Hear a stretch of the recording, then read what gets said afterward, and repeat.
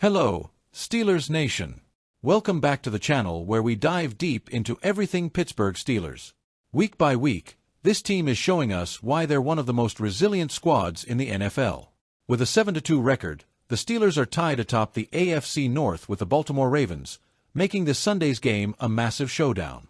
Before we jump into the latest updates, including a big injury report for Jaylen Warren and how the Steelers are preparing to take on the Ravens, do me a favor, hit that like button and subscribe to the channel so you don't miss any updates on the black and gold. Let's get into it. The Steelers got some incredible news heading into Sunday's clash. Jaylen Warren, who has been dealing with a back injury and was listed as questionable, is now expected to play. According to ESPN's Adam Schefter, barring any pre-game setbacks, Warren will suit up and contribute to Pittsburgh's offense. While Warren likely won't see a heavy workload, his presence adds an important dimension to the Steelers' game plan. Warren is a versatile back who excels in third-down situations, whether it's catching passes, providing pass protection, or serving as a change-of-pace option behind Najee Harris. Through 7 games this season, Warren has 55 carries for 217 yards. His numbers might not jump off the page, but his ability to step in and make key plays has been crucial. This dual-threat element complements Harris's power-running style and keeps defenses guessing. Despite the good news about Warren's availability, a debate is brewing among fans and analysts. Should Warren take over as the Steelers' starting running back?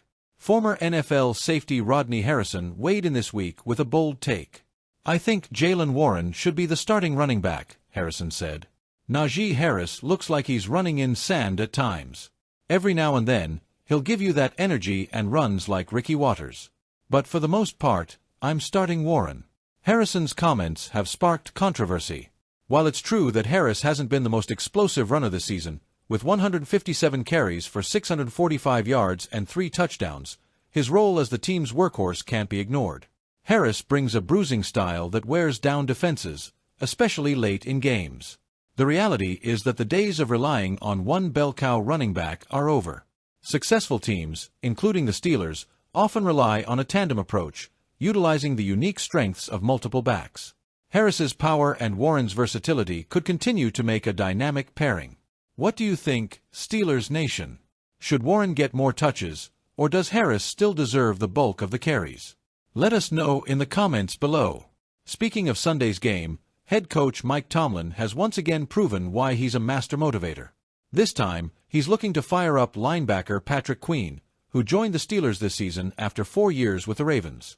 Queen has been a force for Pittsburgh, racking up 62 tackles in 9 games. But this game against Baltimore is personal. The Ravens chose not to re-sign Queen despite his key role in one of the league's best defenses last year. Tomlin revealed to ESPN's Brooke Pryor that he plans to send Queen out for the coin toss on Sunday. "Motivation is good. We're human, and everyone wants to feel wanted," Tomlin said. "I'd imagine it's not only a motivation this week, but it's probably been a motivation for him every week." With Queen anchoring the Steelers' defense and looking for some sweet revenge, expect him to play with extra intensity on Sunday. Another storyline to watch is the Steelers' quarterback situation. After a controversial mid-season decision, Mike Tomlin benched Justin Fields in favor of veteran Russell Wilson once Wilson returned from injury. The move raised eyebrows, but it's hard to argue with the results. Wilson, despite his struggles in Denver, has brought a vertical element to the Steelers' passing game. With deep threats like George Pickens and Mike Williams, Wilson's ability to throw the long ball has opened up opportunities for explosive plays. Through 85 attempts this season, Wilson has thrown just 1 interception, showcasing a balance between aggression and ball security. While he's not perfect, his struggles with intermediate throws over the middle persist. Wilson's leadership and experience have raised the offense's potential. This Week 11 clash against Baltimore is more than just another game. It's a battle for the top spot in the AFC North and could have massive implications for the AFC playoff picture. The Ravens enter the matchup with an impressive 7-2 record, tied with the Steelers. A win for Pittsburgh would not only solidify their position atop the division, but also give them a crucial head-to-head advantage. But this game won't be easy. Baltimore's defense is no pushover, even without some of the stability they had with Patrick Queen. For the Steelers to come out on top, they'll need contributions from every phase of the game. Defense, led by T.J. Watt, Minkah Fitzpatrick, and Patrick Queen, the Steelers' defense will need to contain Lamar Jackson and force turnovers. Offense, Najee Harris and Jaylen Warren must establish the run to control the clock, while Wilson will need to continue taking smart shots downfield. Special teams. Every play matters in a game of this magnitude. Field position and clutch kicks could be the difference. As we gear up for this monumental matchup, we want to hear from you. Do you agree with Rodney Harrison that Jaylen Warren should start over Najee Harris? What are your expectations for Russell Wilson in this game? And how fired up do you think Patrick Queen will be against his former team? Drop your thoughts in the comments below and join the conversation. George Pickens made headlines once again in Week 10 during the Steelers' victory over the Washington Commanders. His incredible touchdown catch in the first quarter set the tone for the game, showing why he's one of the most electrifying wideouts in the league. But the fireworks didn't stop there. In the fourth quarter, Pickens delivered a leaping stiff arm on Washington's Benjamin St. Just. While it was a jaw-dropping moment for fans in the stands, the NFL wasn't as impressed.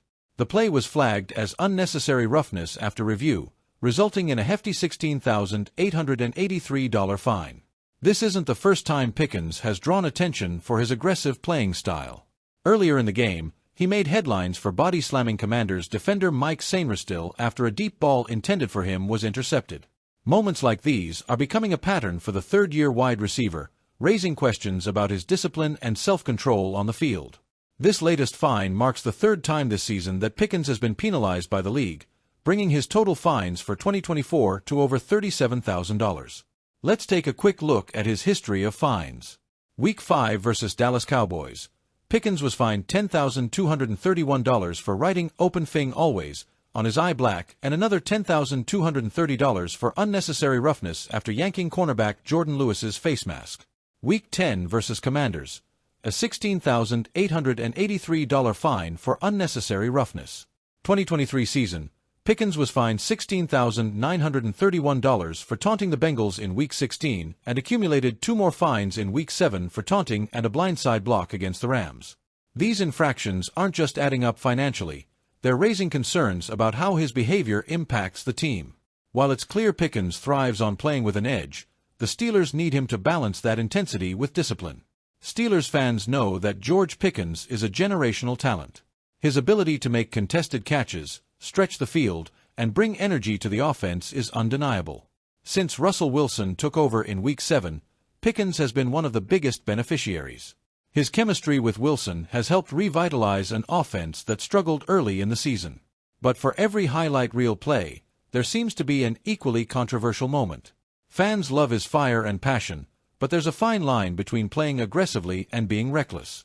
For example, his stiff arm against Washington showcased his physicality but also resulted in a fine that could have been avoided. His body slam of Sainristil, while not flagged, could easily have cost the team in a critical moment. With just 2 touchdown catches on the season compared to 3 fines, it's fair to question whether Pickens' antics are becoming a distraction. The Steelers are riding high with a 7-2 record, tied for first in the AFC North with the Baltimore Ravens. But as the team gears up for the second half of the season, they'll need everyone focused and disciplined, especially in high-stakes games like this weekend's showdown against Baltimore. Pickens is a key part of Pittsburgh's offense, but these fines raise a couple of important questions. Accountability. Is Pickens being held accountable for his actions by the coaching staff? Head coach Mike Tomlin is known for his ability to manage personalities and maintain discipline within the locker room. Has he addressed this growing pattern with Pickens? Cost to the team. While fines primarily affect players financially, the behaviors that lead to them can also cost the team on the field, whether it's penalties, lost yardage, or missed opportunities. Can the Steelers afford these kinds of risks as they push toward the playoffs? The balancing act. Passion versus discipline. George Pickens' passion and physicality are part of what makes him great. Steelers fans love players who bring grit and toughness to the field. It's part of the culture in Pittsburgh. But there's a difference between playing with an edge and playing over the edge. Pickens is walking a fine line, and how he handles this criticism could define his career moving forward. The good news is that Pickens is still young, and the Steelers' veteran leadership, both on the field and in the coaching staff, can help guide him. If he learns to channel his energy in a more productive way, there's no ceiling for what he can accomplish in Pittsburgh. So, what do you think, Steelers Nation? Was the $16,883 fine for the stiff arm justified, or is the NFL being too strict? Should Mike Tomlin or the coaching staff intervene more strongly to address Pickens' behavior? And do you think Pickens' aggressive style of play is an asset or a liability for the team? Drop your thoughts in the comments below. We love hearing your perspectives. Steelers Nation, this season has been a roller coaster, but one thing is clear. This team is fighting for something special. From Jaylen Warren's return to Russell Wilson's resurgence, to Patrick Queen's revenge game, all eyes are on Pittsburgh this Sunday. If you're excited about this team's potential, don't forget to smash that like button and hit subscribe to stay locked in for all the latest Steelers news. Thanks for tuning in, and as always, here we go, Steelers.